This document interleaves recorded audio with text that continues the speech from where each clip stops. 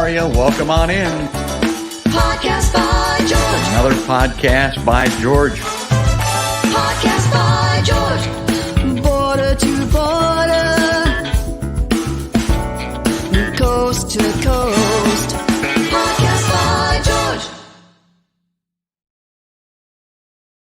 Well, hello, hi, how are you? Welcome on in to another podcast by George. It's TGIF. Again, it's Friday, folks. More than that, it's St. Patrick's Day, and I'm wearing the green just for that reason, and it doesn't mean a lot to me, but I did see the shirt, and I've got these different colors. Okay, I'm going to wear green today for St. Patrick's Day. Back in my drinking days, people, we were young, guys would come up to me and say, what's green beer taste like? I think they pretty much like regular beer. You're going to pee green? I don't think you're going to pee green, but give it a go.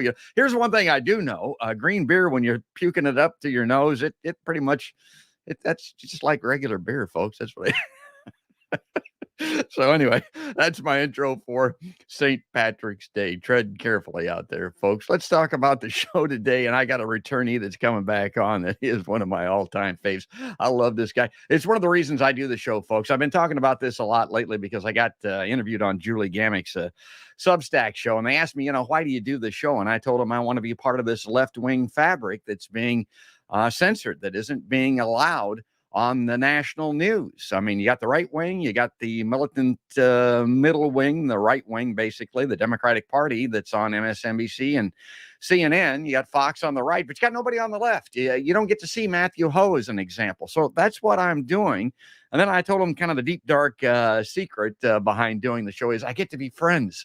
I get to know guys like Matthew Hoh. And for folks that may not know, Matthew Hoh recently was a U.S. Senate candidate in his home state of North Carolina. He served with the United States Marine Corps, Department of Defense, and State Department.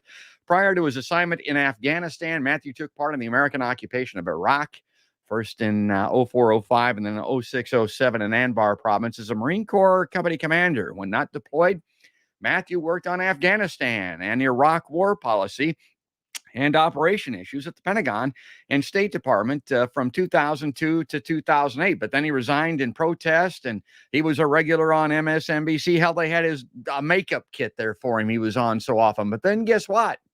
When he spoke out against what we were doing in Afghanistan, they pulled the plug. He disappeared. He ain't back on MSNBC because he was going against the war narrative.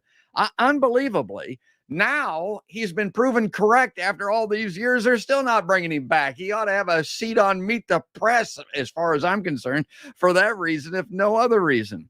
Well, currently he's a senior fellow with the Center for International Policy. That's since 2010, also with the Eisenhower Media Network. You can follow him all over the web, including Twitter at Matthew P. Hoh. And then also he's got a new Substack. We're going to talk about that a little bit. But let's go ahead and get him on in here because we got a lot of things to talk about. I don't know why exactly, but it's been a while since I've had him on the show. So let's click a button here and click this and bring that up and say good morning to our good buddy, our old pal, Matthew Hoh. Hi, Matt.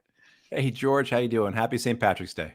Yeah, St. Patrick's Day. I hope people have been watching the show. I don't want to slap myself on the back. We've had a lot of good shows recently, and most recently we had this gal on. This was my most recent show, Jamie Ray Wallace.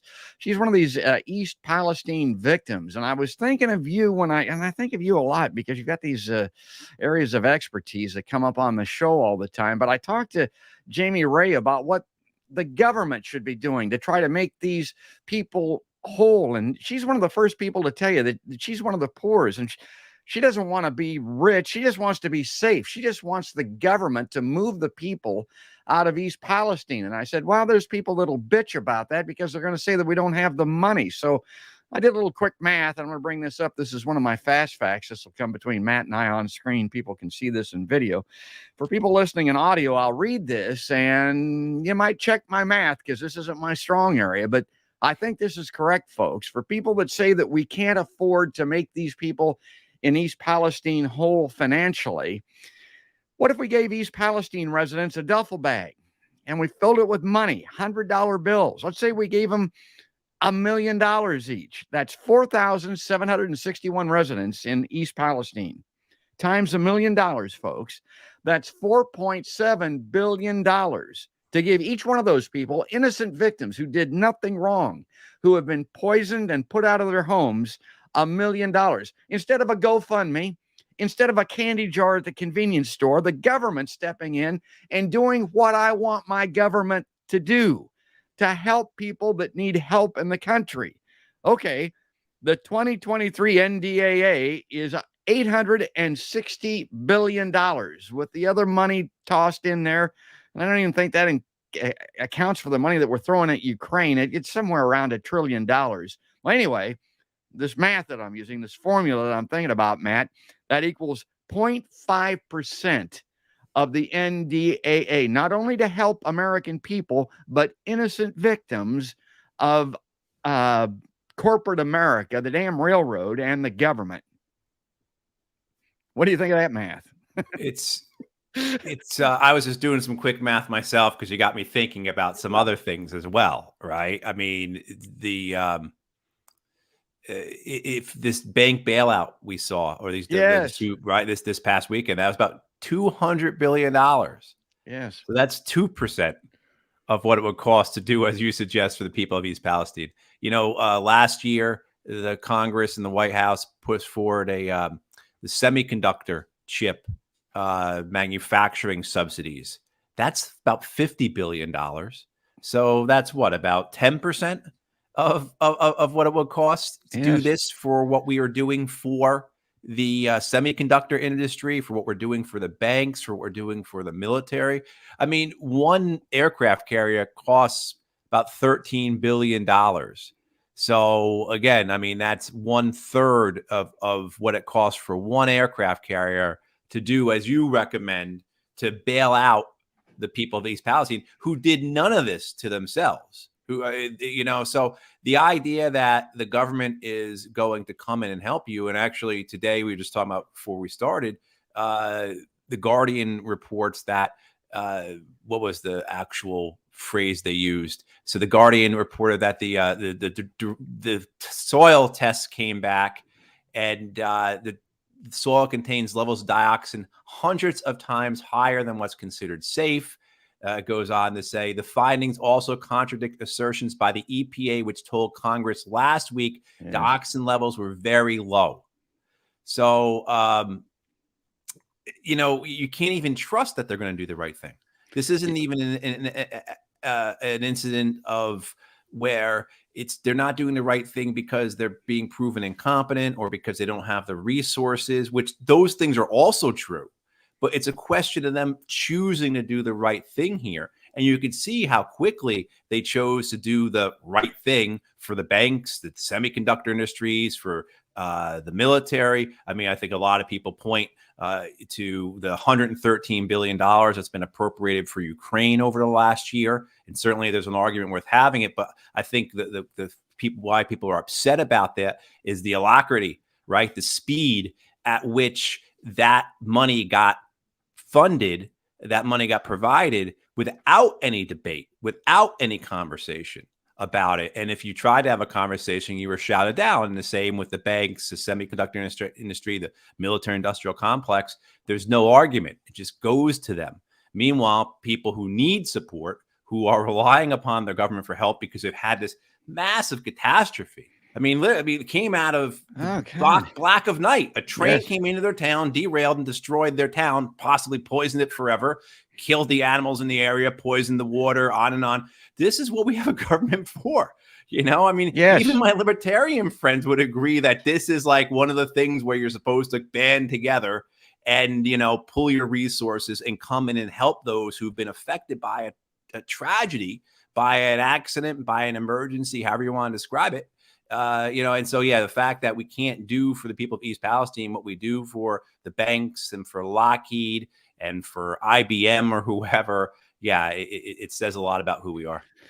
It really does. And Biden himself said, show me your checkbook and I'll tell you who you are, or something like that. I'm paraphrasing. That's not an exact quote, but my God, this is America, folks. I mean, and the great Dennis Kucinich has been out talking about this specifically. And I know it was a big deal with you on your campaign trail there in North Carolina. We got to decide who we are, folks, because we're running to give this $1 trillion of the NDAA out there. And it not only is heinous, But it's wrong. It's been proven wrong. How we spend and use that money, going back to my childhood in Vietnam, has resulted in needless, horrific death to soldiers and civilians again and again and again. And here we can't give 0.5% of what, and that's $1 million. My God, in a duffel, that wouldn't even fill a duffel bag. Matt, you've got experience with that. Tell us, you've got experience with millions of dollars in duffel bags. Right. My first year in Iraq, I dealt with a lot of cash, a lot of money, millions of dollars in cash that you could get about $6.5 million into your standard 3-foot military duffel bag, or sea bag, as we call them in the Marine Corps. About $6.5 million would fit in there. Those are all $100 bills straight from the Federal Reserve, packaged, sealed, sequentially numbered. About $6.5 million duffel bags. So, I mean, the aspect too that you've spoken about, and you talk about this really well with Steven Semler when you have him on, is that this money that gets put into the military industrial complex, it's not effective in terms of promoting growth in the American economy. It's really effective for promoting growth among the weapons companies and for the banks that support them. And then, places in and around DC, the comment about reconstruction in Iraq and Afghanistan during those wars is that it was not successful, but certainly it was very successful in the DC suburbs. Over this century, the DC suburbs are the wealthiest part of the United States. Prior to that, it was New York, Tulsa, and Dallas because of the oil and gas industry, Silicon Valley. But these last couple decades, the DC suburbs have become the wealthiest part of the United States. And that is simply because of war spending. If you look at the federal budget in the last, this century, since 2001, nothing has gone up in the federal budget except for defense-related spending, and that includes veterans health care. And so if you take veterans health care out of non-defense discretionary spending, you'll see that all the things we spend money on in the federal government, other than defense or veterans, it's either remained flat or it's declined over the last 20 years as we have increased our population by 50 million. But then also too, all this money. So yeah, it's good for the DC suburbs. You're putting these trillions of dollars into that economy, and the Lockheed Martins and Raytheons are doing their stock buybacks, and their executives are getting tons and tons of money. But when it doesn't translate into jobs. And there's been multiple studies. Brown University has looked at this. UMass, University of Massachusetts, is another one that's looked at this. That defense spending is the least effective means of creating jobs through federal spending. That of the 20 different categories, or however many they are, of ways that the federal government can spend money, defense spending, military spending produces the least amount of jobs by far. You could put that money into education, transportation. You could put it into NASA. That's going to create more jobs than putting it into the Pentagon. And it should be etched in stone, because when you have this discussion with people about the military spending in this country, and they don't seem to care about the carnage, and that really is what it's all about, the innocent death. My God.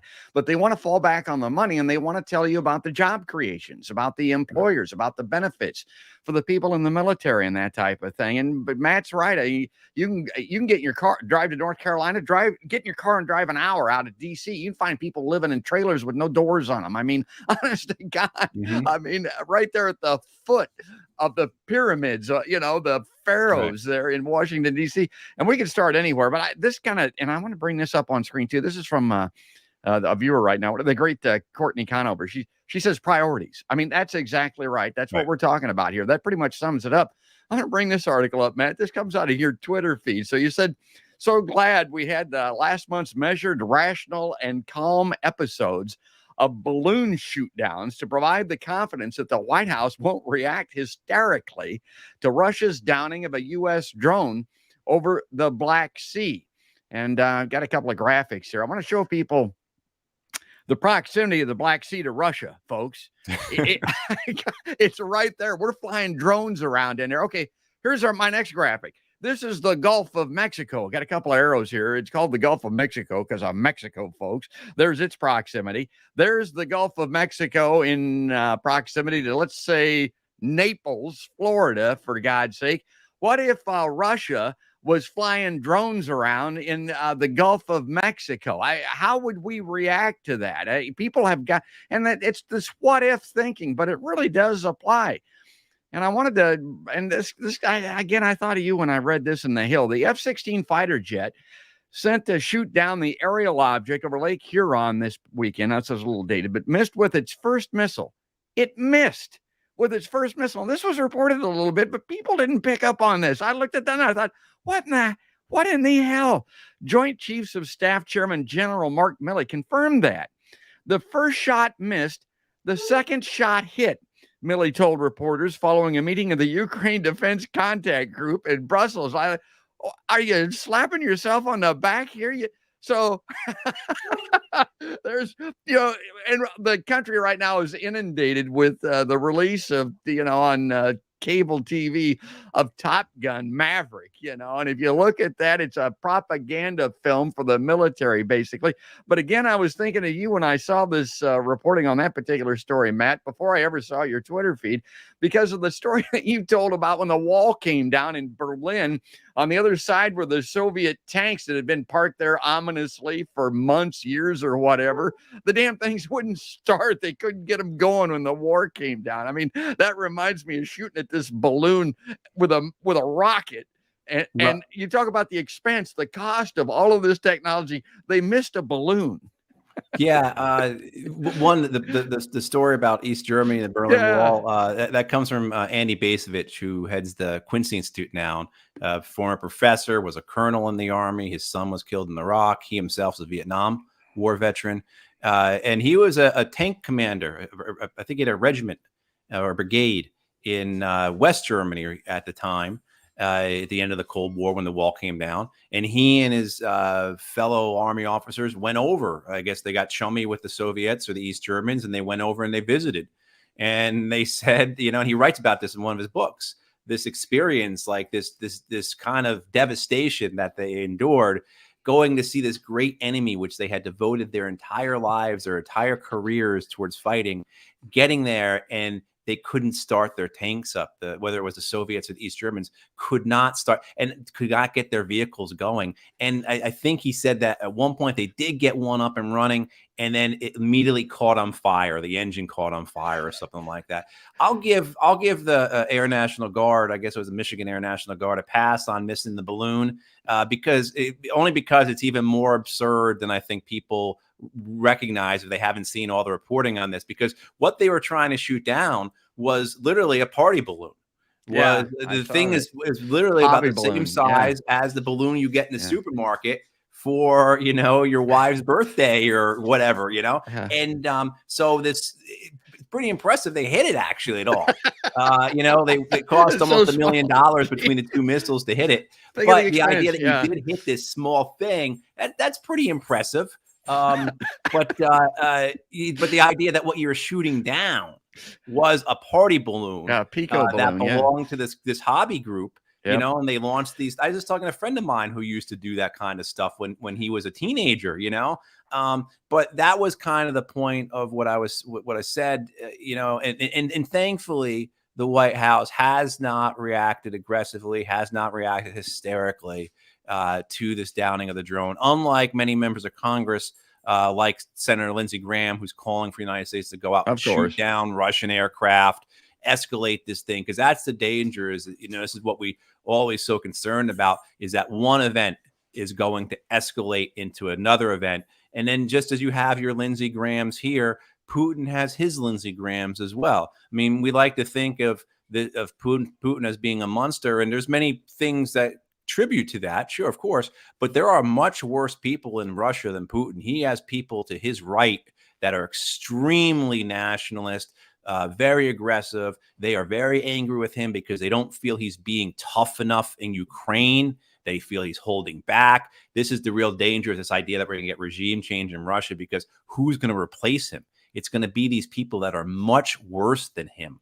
But so you can imagine so say we do shoot down a Russian plane or do something in response to losing a drone, he has his people saying, you have to do this, you have to respond, you look weak, and then it just keeps escalating. Whether or not this takedown of the drone was a planned operation by the Russians, I mean, they sure enough got their ships out there quick enough, and they're trying to get it out of the water right now, and they seem to have the types of ships that can do that.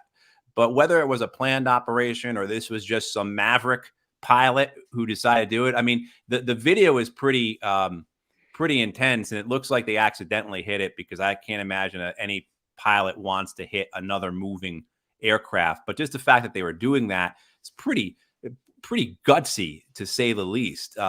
But where this could have gone and how this could have escalated. But we have to remember that other nations have done similar things in terms of capturing equipment. In 2011, the Iranians have shot down a number of our drones, but in 2011, they captured one of our drones. It was a stealth drone, was taken off from Afghanistan. They were able to watch it take off from the airbase, and then they were able to kind of hack into its control system and just take it over and fly it and land it in Iran. And if you look at the drones that the Iranians have put out over the last decade, including the ones that they're providing to Russia, they look an awful lot like the drone that they captured in 2011. So this is something that the Americans, should have been aware that this is a possibility that they might try and knock down one of our aircraft. Again, this could have been just a lone couple of pilots that did this on their own, but it could have been something planned. But the fear is that it escalates into something worse. And so thankfully, it doesn't appear like it's moved that direction, even though we have many in Congress who want to use this as a reason to go to war with Russia, for Americans to directly kill Russians as opposed to using a proxy. Yeah, no less than the great Dr. Stephen W. Schmidt, Doc Politics, contacted me immediately when that news broke, because, I mean, that concern is well-founded. It's legitimate. There have been world wars started for a hell of a lot less than that, folks. Think about World War I and the Archduke Ferdinand, or whatever the hell that was. And think about the Vietnam War and the Gulf of Tonkin. Think about the weapons of mass destruction in Iraq. Those things didn't even exist, for God's sake. At least this incident did occur, we think. So, I mean, you could get something really bad out of this. There's a comment from Woodrow Wilson at the time in 1914. I don't know if it apocryphal or not, but Wilson says something at one point before the war starts, that the fate of Europe hangs in the hands of one single German lieutenant. And the idea being that one guy can make a decision, do something that kicks off this war that's going to kill millions of people. And that's what we see here as well. And that's of course the great danger. And this is something that many of us have been warning about and very concerned about going back from years. When the United States enters directly into the Syrian war in 2014, and then the Russian military enters directly in 2015, this becomes a very real concern. And thankfully, the Americans and the Russians were mature enough to deconflict with each other in Syria. It didn't mean that there weren't close calls. Didn't mean that, Russian and military personnel on the ground got into vehicle contact. They pushed each other off the road. They did different things that could have escalated, but thankfully it never did, because that was the concern, is that what happens when they kill one of ours? Then we have to kill two of theirs. And then they got to kill four of ours. Like, you bring a knife, they bring a gun, then they bring a bomb.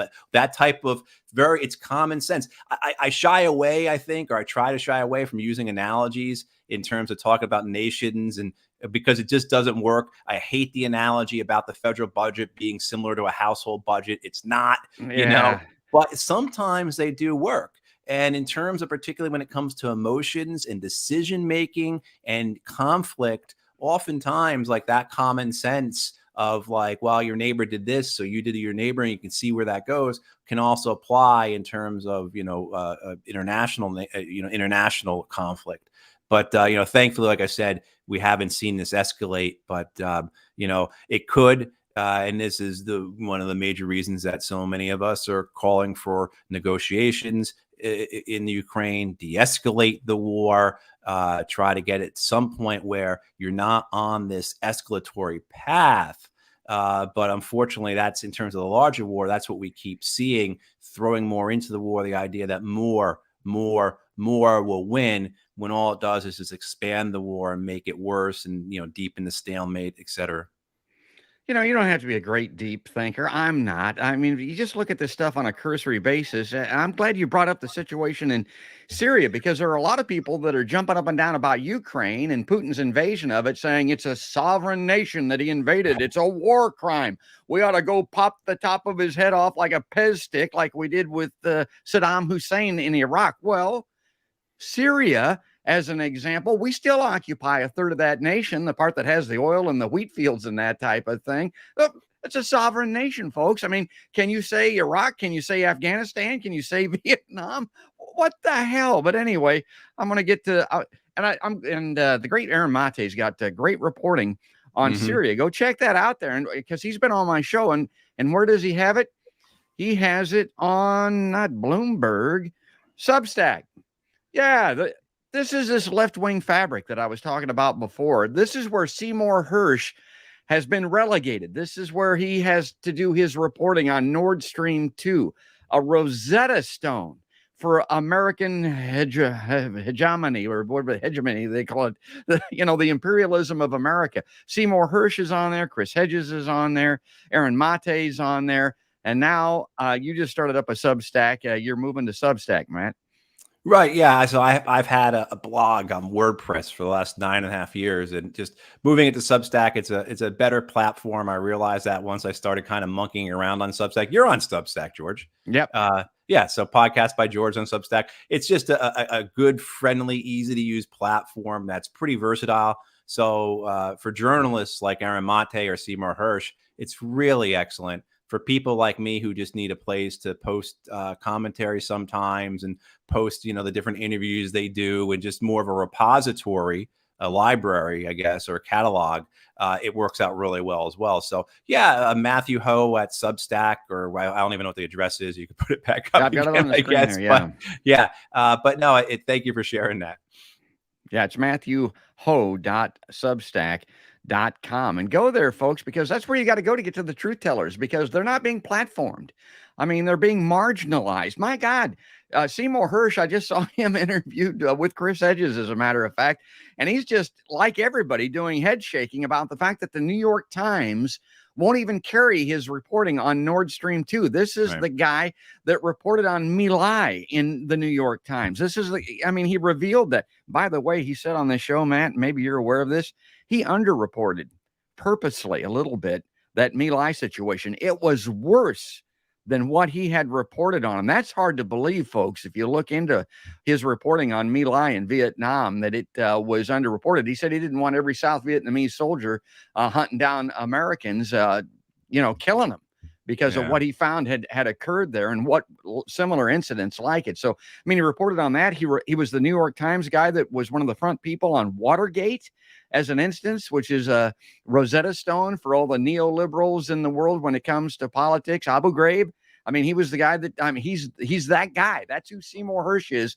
This Nord Stream 2 thing is explosive. Excuse the pun, I guess, when it comes to that. But the New York Times won't even cover it. He's got to go to Substack. So I would encourage everybody to go there and check out Matt, check out Seymour Hersh, Chris Hedges, Aaron Mate, all of those people on Substack. You want to check out Podcast by George, you can do that as well. We got to get rolling here. I want to get to some of the news of the day here, Matt. And some of the stuff is breaking right now, and you've got something to add to this. Slovakia will send its entire fleet of the MiG-29 jets to Ukraine. 13 fighter jets to start with, officials say. NATO nation Slovakia joins Poland in sending fighters to Kiev. This is just this morning by Daniel Hornak in Bloomberg. Slovakia will send its entire fleet of Soviet-era fighter jets to Ukraine to boost its defense against Russian forces, government officials said. The Eastern NATO member state will send all 13 of its MiG-29 jets, grounded since last August, and in various states of readiness at an unspecified date. Defense Minister Yaroslav Nad told reporters in Bratislava on Friday. The announcement comes a day after Poland said it will send 4 Soviet-era fighter jets to Ukraine in the coming days. Both nations are responding to pleas from Ukraine President Volodymyr Zelensky, who has persistently demanded warplanes since the first days of the war as essential to driving back the Russian invasion. Now, they've included this tweet I want to read this because I looked at this again. A what in the hell moment. This is from some Nimrod named Edward Hager. He's on here. He says, the Slovak government just approved sending 13 MiG-29s to Ukraine. Promises must be kept. And when Zelensky asked for more weapons, including fighter jets, I said, we'll do our best. Glad others are doing the same. Military aids to ensure, and there's that Ukraine flag that you see everywhere, folks, can defend itself and its entire Europe against Russia. And this is this theme that, Putin's got his designs not just on Ukraine and the Russian people there and that type of thing, that he's going to want to take over the world, folks. Now, this article in Bloomberg ends. I'm going to bring Matt in to comment on this because honest to God, you talk about slap your mama, shake your head. The deliveries would cross a threshold in sending firepower to Kiev. As many Western allies have drawn the line at delivering fighter jets, citing the risk of being drawn into a direct confrontation with Moscow. So, okay, the military guys, and some of these not, some of these senators that you mentioned, but even Biden, I mean, they're not wanting to, and this guy's on Twitter saying, hell yeah, send them in. You couldn't be more wrong. And the people that maybe like Milley and people like that are the most concerned about this, they're actually in the military, Matt. Right. I think the U.S. military's main concern, along with maybe some of the other European allies, is in terms of why we don't want to give F-16s. Is there's an escalation danger, but I think the real thing for them is they're afraid that they're going to lose an F-16. That an F-16 is going to get shot down over Russian-controlled territory or over Russia, and then the Russians are going to have access to that airplane with all its advanced technologies, all its advanced software, communication systems, weapons guidance systems, et cetera, which is what they're trying to do by, sending robots 900 meters down into the Black Sea to try and find that drone right now. And so I think that's one of the reasons why you've had a real reluctance by the U.S. military to give away some of its equipment. I mean, one of the reasons why it's going to take a year, basically, to send them Abrams tanks is because we are not sending Abrams tanks from, First Armored Division. One, I don't think our generals want to give up our equipment anyway. No generals ever do. But the main thing is that our Abrams tanks have a very advanced application of armor that is a very, very serious secret for the Pentagon. And so they're scared to death that one of our tanks gets destroyed or gets captured. The Russians would understand how our armor works. So they have to build a different type of Abrams tank with a lesser degree of armor because they are afraid that the Russians would learn the secret of our tank armor if we were to send those tanks. You know what I mean? So, there's those concerns that are coming into play all the time because they don't want to lose those things. They don't want to give away too much. I think with the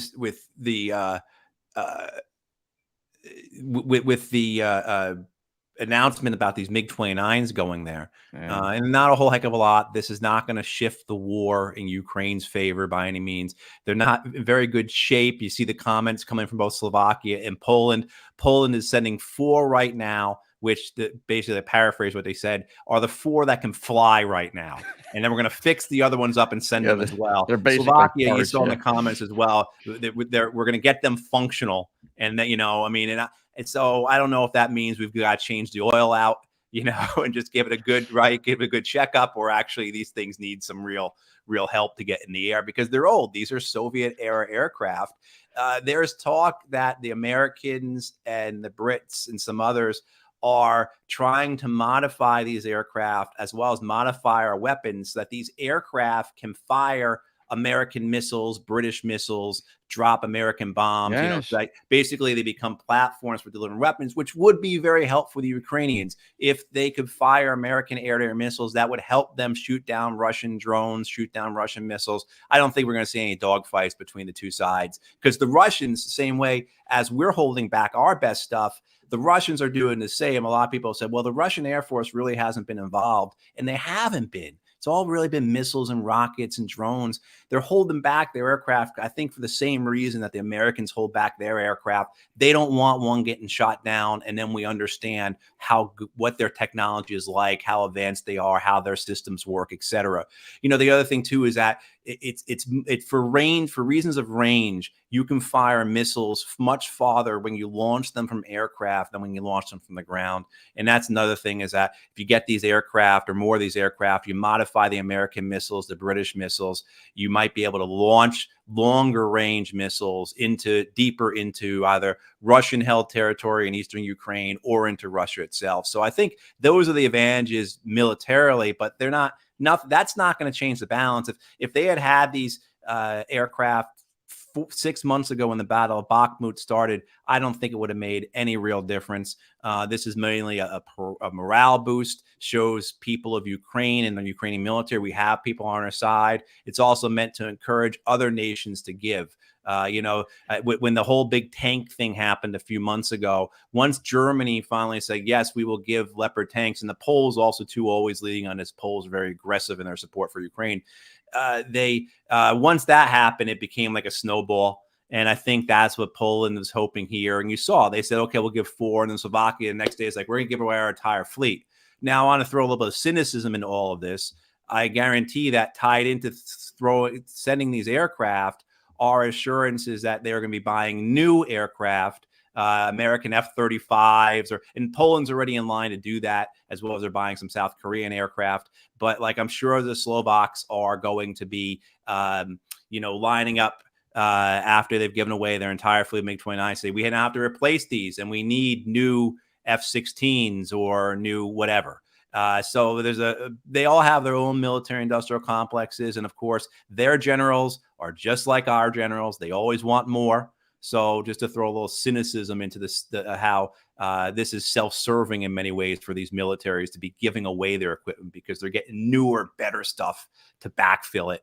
But the main thing, though, I think that's important here is this story is very big. It comes out at a key moment. But if you look at the reporting that has come out this past week and a half from very prominent news sources, Washington Post, Politico today, about the high rates of casualties of Ukrainian forces. This started about a week and a half ago. Kyiv Independent, which is, of course, Ukraine has shut down all its opposition media, so they're all favorable. But the Kyiv Independent has been very supportive of the Ukrainian military and its efforts. It came out with a very big story about a week and a half ago, detailing how horrific the rate of casualties were, how Ukrainian troops were being sent to the front without adequate training, adequate preparation, how they were running out of ammunition, how they were using World War II weapons. They were talking about how their mortars were from World War II. And that was followed up this past Monday, I believe it was, by the Washington Post, which had a major story, which basically said the same thing the Kyiv Independent, that Ukrainian casualties are horrific, that units are being decimated, that the ammunition supplies are low, equipment is running out, as well as the fact that boys basically are being sent to the front lines without much of any training.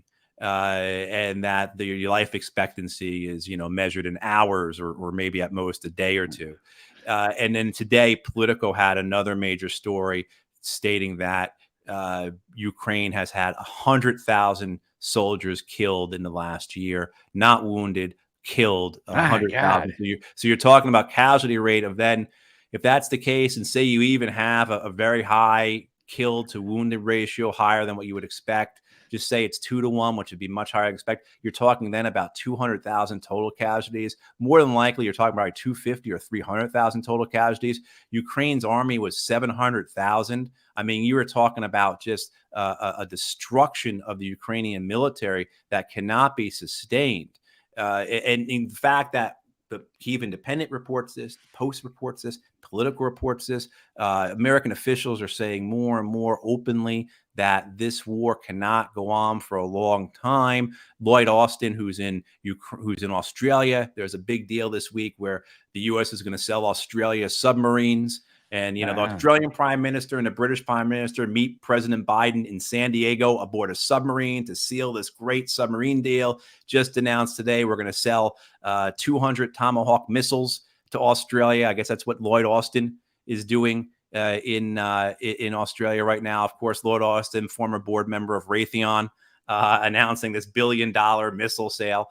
But he said today, in his comments that this is, to paraphrase him, this is not sustainable. Ukraine is not in a good place. I think this reporting and this public commentary is signaling a shift and this is what others are saying as well, is signaling a shift in the American administration's strategy towards Ukraine. And we've seen this. We've seen this with particularly Republicans, not the Matt Gaetzes and Marjorie Taylor Greens who are mouth breathers running their mouths about whatever. You're seeing this among the very serious Republicans, I would call them, the establishment Republicans, the ones that control the House Armed Services Committee, Mike Rogers, Michael McCaul, who controls the House Foreign Relations Committee. Very serious, very important members of Congress who are saying things like the war needs to wrap up by the summer.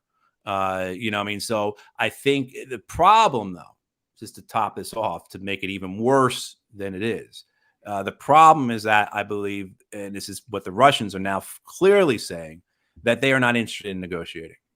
Whereas a year ago at this time, the Russians and the Ukrainians were negotiating. Right. They were negotiating in Belarus, and the Israelis got involved, and they were negotiating with Turkey, and then the Ukrainians pulled out. And according to all sources, Israeli, Turkish, American, Ukrainian sources, they are pulled out because that's what the Americans and the Brits wanted them to do. They did not want them to negotiate. They wanted to win this war militarily. We're using Ukraine to help destroy Russia. Use Ukraine to wear it down. Use Ukraine to force a collapse in Russia that will get Putin out of power. We talked briefly about the danger of that before.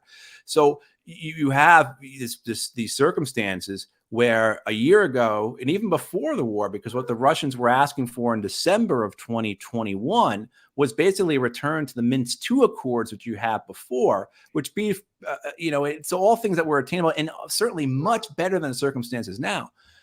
Up until, I would say, January, maybe February, the Russians were still talking about negotiations. And now, very clearly, a statement from the Kremlin, they made other statements, but their main spokesperson the other day, as reported by TASS, said as clear as you could, we are only interested in the military solution now. And so the Russians believe they are winning. A lot of us think they're winning. That doesn't mean we support them. I want to see Russia out of Ukraine, and I want to see Russia held accountable for its war crimes and everything else. However, you have a reality to deal with. And I think this is what a lot of us have been saying. Ukraine can't win, and you're going to try and get a military victory where it's not possible. All you're going to do is cause tremendous suffering and risk escalation into a world war that could lead to a nuclear war that kills us all. That's not hyperbole. Right? But here we are in a situation now where Ukraine, they tried to win military. And this is what happened in Afghanistan, George. This is really what happened in Afghanistan. One of the reasons I resigned was we were not negotiating. Twice when I was in Afghanistan, the Taliban came in and said they want to talk to us. We were told, don't touch it. We're not talking. We're going to win.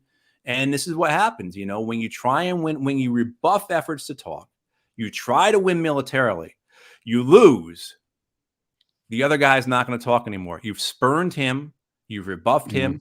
Any of the people in the Kremlin who a year ago were saying we can negotiate with the West because they've got their factions too. So Putin's got people who are telling him, you got to negotiate. Don't go to war. Meanwhile, he's got others who are saying, go to war. So they get rebuffed. They go to war. Negotiations all of a sudden occurring. The Ukrainians pulled out. The hardliners say, see, we told you they would never negotiate.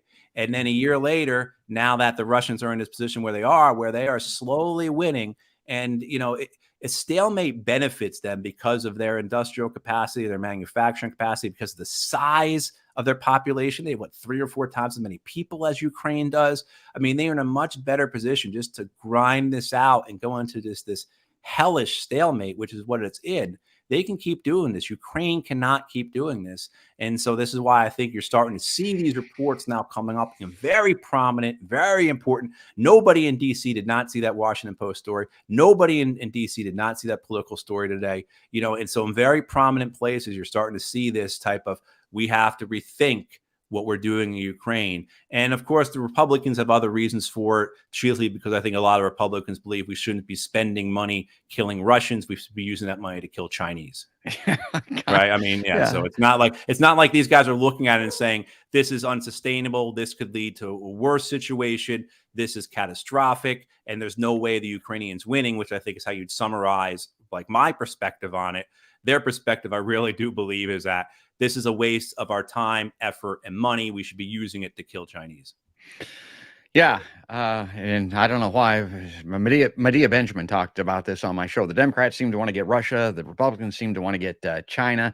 The other thing about Medea Benjamin, and you can see this little over here, this book peeking off of my her book with Benjamin J. Davies, War in Ukraine. If you read into that, it's exactly what Matt is talking about. They talked at length about the fact that a resolution needed to come early in this, and it looked like it was going to. The reason being, the longer you go, the less likely you're going to get one, for the reasons Matt delineated. Russia now believes that it's winning, but also this horrific loss of life that he's talking about.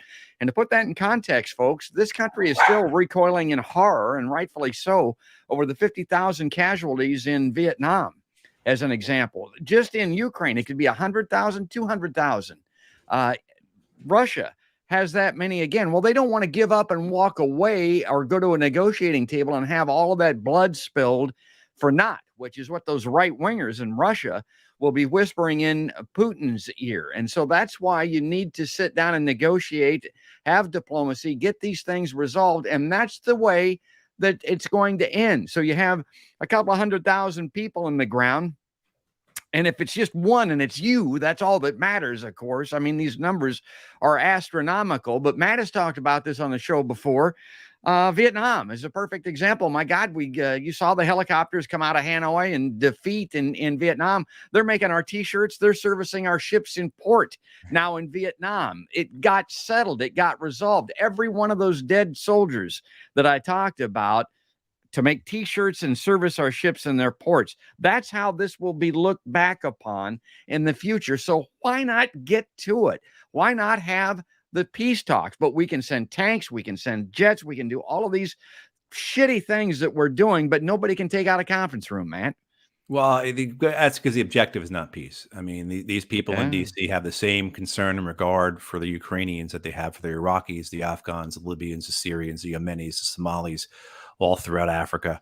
The same concern they have for the Vietnamese and the Laotian and the Cambodian. We according to the Pentagon's own records, own estimates, Nick Turse did a lot of really great work on this.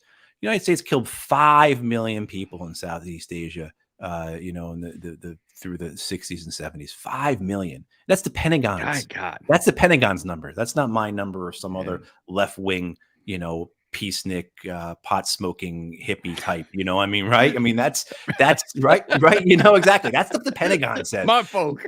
Right. Yeah. So these guys, I mean, they don't care. And you remember a year ago, I mean, Hillary Clinton said this, that the goal of Ukraine was to see Russia sucked into an Afghan style war, right? To repeat what was done in the 80s. That's what people in DC and London were talking about last year, very clearly saying out loud how the goal was to turn Ukraine into a trap for Russia, make it into a hellscape. The thought was that Russia was going to overwhelm Ukraine quickly, take it, and then they'd be stuck in this and caught in this occupation, and they would suffer what their Soviet grandfathers faced in the 80s, or what the American military faced for this entire century, basically, and no regard, though, for what that meant for the Ukrainian people. So as we see, and as we come up this week, will be the 20th anniversary of the American invasion of Iraq, on March 20th, a million dead Iraqis. Yes. There's still about 6 or 7 million, maybe more, who are still homeless, who are refugees or displaced from that war. And there's still dozens of Iraqis killed every month. Not talking about Iraqi military, Iraqi police, or paramilitary, or militia, or Islamic State, or insurgents, or whoever, but citizens, civilians, people.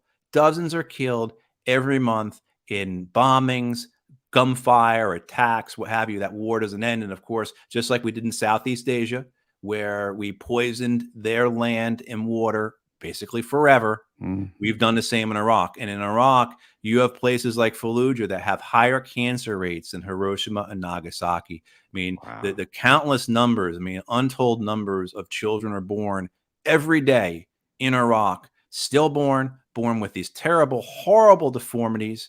I was just on with a journalist the other day who, when they did their report on this, the media, now I'm blank, was it NPR, I think, maybe, when they did a report on this, they refused to put up the photos because the photos were so traumatizing of these babies.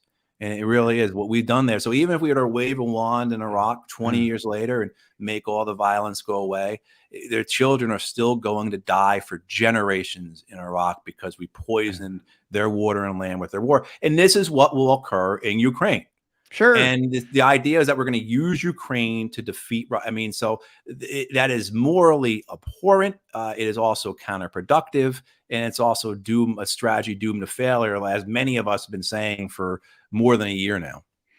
Yeah, and that's going to take us to our next topic here. And I want to talk about Julian Assange. That's why I'm such a big defender of the First Amendment, freedom of the speech, and getting these things out there, like those photos that are being restricted. I show them to them. I like the running girl in Cambodia, or the napalm victim in Vietnam. That had a lot to do with ending that war. People looked at that and went, "My God, that's what we're doing." Yeah, we're doing a lot of that here. Look at this. I mean, Abu Ghraib was a good example. This is what our country is doing. The My Lai reporting by Seymour Hersh. Look at this. And then, of course, the great Julian Assange with what he was reporting. But I want to acknowledge some of our viewers here that are asking questions, because particularly the questions here, Matt, we're going to go long today because I'm just going to get these on. Isn't it also true Ukraine's air defense system has been degraded significantly? So engaging with this system is much riskier. Now, this gets to some military stuff. I'm not exactly sure what she means here. It's been degraded in the sense that my understanding is that the Ukrainian air defense system has been degraded in the sense that the Russians have thrown so much at it that it's overwhelming their system. That just the sheer quantity of missiles and drones the Russians launch is just by numbers too much for the Ukrainians to handle, and they're expending their missiles, their air defense missiles. They're expending their air defense artillery rounds. But also, too, the more you use those systems, the more the Russians are able to find them, and so able to attack the ground control radar systems, say the launchers, the command centers, et cetera. So that's the way I've seen it being degraded. Various Western nations have been sending more and more air defense systems, and recently, I believe it was the French just sent a system over there to try and integrate all these things. So that's one of the problems. You've got all these different types of weapon systems trying to function together and integrate them. There's supposed to be what's called NATO interoperability, that they all work together, but in practice, I don't know how well it works, and the Ukrainians don't have any experience on them. They got to learn them all. But yeah, no, it is true that they have been degraded, and certainly we'll see what will occur if the Russians do go forward with a major offensive, like people have been saying. I don't think it's likely that you're going to see this major World War II style offensive from the Russians. I think they're just going to continue to grind. And one of their stated goals, a couple stated goals last year, one of them was to get control of the eastern part of Ukraine, which is what they're doing. And the second was to disarm Ukraine, to destroy its military. And it's doing that right now. It's taken a lot of losses, Russia, but they are just wearing down and destroying Ukraine's military. And that meets one of their objectives. So I don't see the need for them to do a major offensive that, if it fails, would not just be humiliating, but could be a turning point in the war. Again, I don't think that's likely either, but I could be wrong. Like I say all the time, George, right? I always quote Yogi Berra. predictions are hard, especially when they're about the future. So very well could Great be. Yogi Berra. Yeah. Nobody ever goes there. The place is always packed. Okay. So let me, I'm not going to be able to get all these on screen or read them. I'll try to get them up on screen if I can. I wanted to get this on screen because of the great Mary Knox. She could be like an associate producer podcast by George. I mean, she's really sharp. She says, I noted a huge difference between what U.S. media reports on conditions in Ukraine and what Colonel McGregor has reported in various platforms. You know this guy, Matt, this Colonel McGregor guy. I mean, he is really on it. The guy's good. I remember when the war broke out and everybody was banging the war drum. He said, I will drive you to the front. We will get in a Jeep and we will go there. I know how to find the front. Do you? I mean, I like that guy. What do you think about what he's telling us? Yeah, I like McGregor. I've had a chance to meet him a couple times, years ago now. But I don't always agree. I don't always agree with what he says. He's more bullish on the Russian side than I am. I don't think the Russians have. But anyway, that's regardless of nothing. I think the important thing about McGregor is he's got a lot of experience. He was an American tank commander, commanded a tank unit in the Persian Gulf War. But also, too, he has a lot of contacts still. He knows a lot of people, not just in the Pentagon, but in London, in Kyiv, probably knows some people in Moscow as well. So I think anything he says, I always listen to because his sources are the men and women who are doing the work right now, and as well with experience. And he also has a sense of he also has a common sense. If you ever listen to him talk, he speaks with a degree of like common sense that is missing from a lot of pundits. And I'll put myself in that category as well. I might be missing it too, but right. I mean, so I like listening to Colonel McGregor, but like anything else, you have to listen to a variety of sources, a variety of different opinions, a variety of different platforms. One thing I agree that a lot with that, I think he's said as well, and other people, Scott Horton's another great commentator to listen to. This war is unlike anything I think any of us have ever seen in our lives, in the sense of how hard it is to find out what's really going on. And so I think you have to read as much as you can, look as much as you can, assemble it, and then find do like a Venn diagram and find where different points are intersecting. What are they all covering? So, like I brought up before, if the Kyiv Independent, the Washington Post, and Politico are reporting about these really high rates of casualties and how bad it is for Ukrainian personnel on the ground and how they're running out of ammunition. Wow, those three are saying it. It's probably true, in a sense that these are those, I mean, that's not common for them to say that type of negative reporting about the war. It's coordinated. It matches up to what we're hearing from others who are outside of the mainstream, so you do that Venn diagramming and see where you end up focusing. Okay, these all match up. So that's what I encourage people to do. Try and read as many sources as you can and then see where there's overlap. And that overlap is probably what the truth is going to be, because there's so much. I tell you, in terms of what's been most successful about this war, from a, if you're doing a kind of look back at it in terms of the institutions that ran this war and everything else on both sides, certainly is the propaganda, the disinformation, the misinformation, the lying, right? The control of the media, both sides have done a stellar job doing that, which is absolutely horrendous. It's terrible, but you have to acknowledge that they've done a really great job controlling information for their purposes, which of course are not our purposes. Yeah, and when I talk about if you're going to choose some sources, choose the winners. I mean, it's like going to the racetrack, folks. I mean, look at the racing form and pick the people that have been right for 40 years as an example. Medea Benjamin and her book Off My Right Side here would be a good example. Seymour Hersh that I talked about, Chris Hedges. I mean, do not follow people on MSNBC like Jim Clapper and John Brennan and, the Mike Pompeo and the Death Walrus that's on there. John Bolton. Those people have been wrong, copacetically wrong, right down the line every single time they get the platform. And these people that have been correct, including the great Matthew Hoh on our show today, don't. So, okay, we got to move because I'm running out of time here, and Matt doesn't have all day either. We're going to go long, but talk about this now, Matt. This is a big deal. This is something that you were involved in this week, this new documentary, this new movie.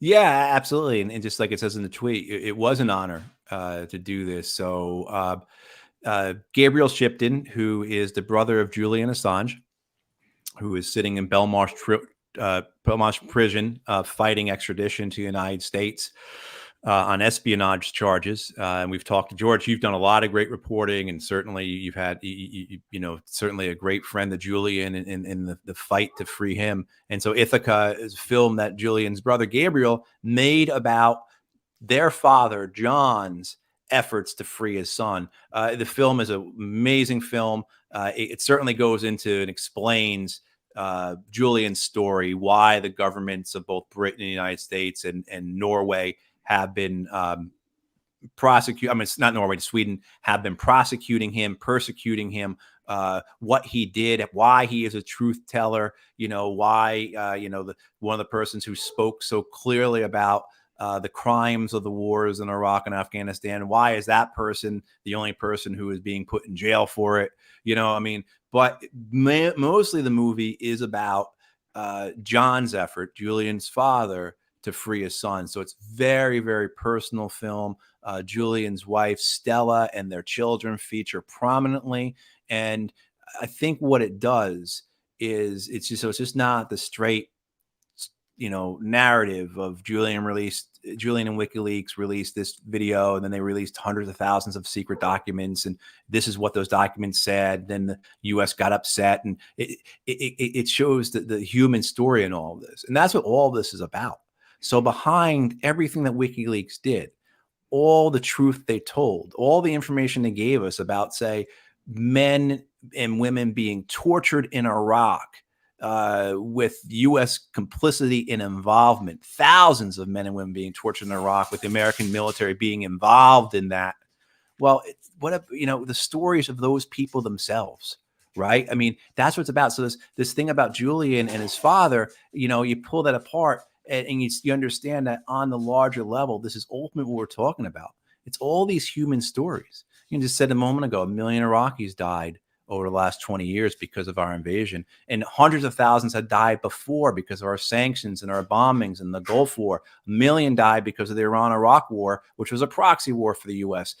Chris Hedges the other day reminded me that in 1972, the Nixon administration was sending weapons to the Kurds in Iraq to try and overthrow the government in Baghdad. I was born in 73. So my entire life, the Iraqi people have had to endure violence directly or indirectly from the American government trying to achieve political goals, violence that has completely destroyed their society, killed and wounded and devastated millions of people, ruined millions and millions of people.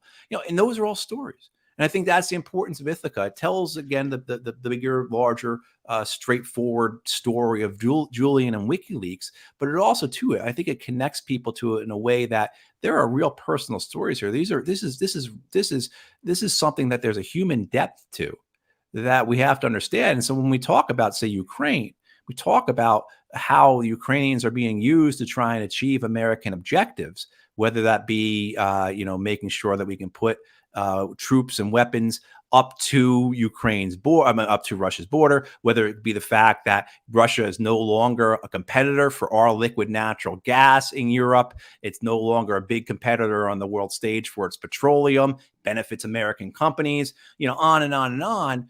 It's, there's also all these individual stories of just complete destruction and suffering and grief that we have to always remember.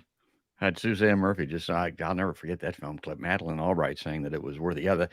That's absolutely right. Well, we got to run here. We got to let Matt go. One thing about this Ithaca movie that's kind of cool, folks, that I want to mention is that you can host a screening of this. Go to their website. It'd be easy to find because Ithaca is kind of a unique spelling. And you can host it. You can participate in this. You can be a part of it. And the reason, and again, we need to do this because this is the way that it's going to get done. It ain't going to get done on the major television networks or the mainstream media. Now, some of the newspapers have finally come along kicking and screaming, and they're supporting Julian in a tepid fashion after they've profited mightily and published this stuff and all that type of thing. But if it's going to get done, it's got to be creative and unique and on the left and this movie, this documentary, and it's showing up at your universities and your small towns and that type of thing. That's how it's going to happen. And Matt, good on you for playing a role in that this week. Well, I got to let you go because I know you got other appointments. I always want to give you last word though. Give us a wrap up here, and we'll sign off for the day. Well, thanks, George. It's good to see you. Happy St. Patrick's Day. Yeah. With regards to the film, Ithaca, it's Ithaka. Yeah. I believe. Yeah. So it's got that kind of unusual spelling, Ithaca, like Ithaca, New York, but rather than a C than a K. Yeah. Look it up. You find information online. There is a tour going on right now. They're heading up the East Coast. They were just in DC. I think they're heading up to New York next. But they are going all around the country still. And then, as George said, you can do screenings yourself. You could, whether in person or online. And so if you just want to show it to a few friends or family who don't know this story, because that's what I find about Julian and WikiLeaks story is that people just don't know. And when you explain to them what has actually happened, what has actually occurred, what is going on with it, they say, my God, this is an absolute travesty. And then it hooks back. And then they made the connection where, we began talking about East Palestine. We would talk about what's happening in Ukraine, where all these different things where people are like, this makes total sense. Our government is composed of crooks and liars. Why would they not persecute a man like Julian Assange who was exposing what they did? Of course they would. Of course they would lie about it. Of course they would make things up about him. Right. I mean, so it's important for people to understand what it actually is about. Because I find this really the case with so many journalists I talked about. Yes, they have no idea about any aspects of it. They fall back on these talking points that come right from the CIA. Yes. And they do come right from the CIA, and they just repeat them. And when you say, well, that's not true, and then they get scared because now they have to tackle something that they don't want to tackle, that those talking points, which are shielding them from having to accept this and to recognize that what's going on here is not just a travesty in so many ways, but it's also a real danger to journalism and free press and free speech. Because that's the thing that many of us keep coming back to. Say, well, about Julian Assange, you can be a supporter of the Iraq War, whatever. However, the reality is that under the way Julian is being persecuted here, the way he is being prosecuted, that will allow, if that goes forward and it is held by our courts, that will be able to be applied to any journalist at any level for saying anything that government officials can contest as being harmful to their work. Yes. So you could be a local journalist who reveals something about corruption in a local town, and now you're undermining however they want to play it out. They can say that. Or if you receive an email from somebody at a city hall saying, oh, you know what, the mayor is stealing money, well, now the local police can come and say, well, you're in receipt of this confidential information. You weren't allowed to have it. And so for exposing corruption or doing whatever you're supposed to be doing as a journalist, I mean, so this idea that's only going to be applied to Julian and WikiLeaks is just absolutely, it's absurd to think that. And all our historical evidence should belie any belief that it would be only applied to specific cases like Julian. So this is a real danger for our society. Exactly right. I mean, it's the First Amendment to the Constitution, folks. It is the foundation. It is what separates this country from whence we came, from Great Britain, as an example. We've got it in this country, and we are subverting it and subjugating it by allowing Julian Assange to continue to be held in that prison in Belmarsh and trying to extradite him here on espionage charges. And we can talk about, and we'll do a show on this completely, and I have done some on Assange in the past, but there's a couple of things I would say about what you spoke of. And that is, I talk at Iowa State University on freedom of speech, the First Amendment, and that type of thing. And exactly what you're saying. The students there are curious, they're interested. They want to know what I have to hear, but I know when I'm telling it to them, a lot of it is news to them. Right. And my God, this is the biggest issue with journalism in this country, probably ever, certainly since Joseph McCarthy, which is what I was taught about back in the 70s. when I went to journalism school. You can't overstate the significance of this Julian Assange thing. And then if you don't understand the issues, you don't want to look into it and do all the research and that type of thing. Just look at it this way, folks. The things that they accused Julian Assange of possibly causing harm about 10 years ago, 15 years ago, however long ago that it was, none of those things have come to pass. Nobody has been harmed. We have just benefited from this knowledge. So their entire argument in legal terms is moot. I mean, it is ridiculous. The things they accused him of didn't come to pass. It's been proven. The precedent has been set. Well, anyway, I didn't want to get on my Assange soapbox. I got to let you go, Matt. Good on you, pal. We'll circle back again sooner so that we don't have to run so long and compromise your time. I really appreciate you coming on this edition of Podcast by George. Oh, my pleasure. I could talk to you all day about this already. I've already got another rant going in my head about, Yeah. but it's, okay, we got to get going. But you got other commitments. I know, because we scheduled this early today because you got some other things to do, some other shows or commitments. So I'll let you go, pal, but we'll talk again soon. All right. Thanks, George. Happy St. Patrick's Day. Yeah, that's right. St. Patrick's Day. I keep forgetting about that. And folks, if you like Podcast by George, if you like seeing the great Matthew Hoh, if you like seeing our comments and questions from our viewers, which I try to get on screen as much as possible and read those that I can, watch us on Facebook and YouTube, and you can subscribe, you can sign up, you can be notified by going to podcastbygeorge.com. Very easy, podcastbygeorge.com. Click on the icons, the little badges for Facebook and YouTube, and then follow the directions, and you'll be notified each time that we come on the air with video. And then the recordings of the audio, you can get those on Spotify, iTunes, the iHeartRadio app, Deezer, all those, even Amazon Music, places like that. Again, sign up and subscribe free at Podcast by George. But that's going to do it, folks. That is going to wrap it up once again. That's all there is, and there ain't no more. That's another Podcast by George.